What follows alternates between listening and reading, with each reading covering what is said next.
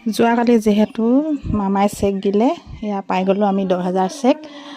এয়া পাই আপোনালোকক তাকে অলপ দেখালোঁ দেই। চেকখন পাইতো ঘৰত থৈ দিব নালাগিব, বেংকত জমা দিব লাগিব। যিহেতু 3 মাহৰ কাৰণেহে ভেলিডিটি থাকে, সোনকালে গৈ বেংকত জমা দিব লাগিব। এয়া আহিলোঁ বেংকলৈ। যাৰ য'ত বেংক আছে তাত দিবগৈ পাৰিব। কোনো বেংকৰ নাম লিখা নাথাকে, একাউণ্ট য'ত খোলা থাকে তাতে দিব পাৰিব। মোৰ আছে SBI একাউণ্ট, সেয়েহে SBI দিবলৈ বুলি আহিলোঁ।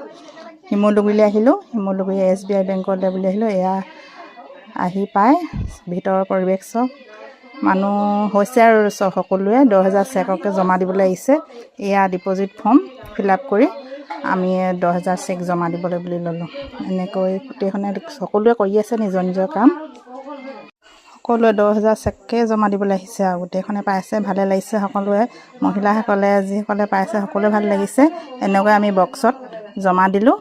জমা দি এতিয়া কেইদিন লাগে পিছতহে গম পাম আৰু।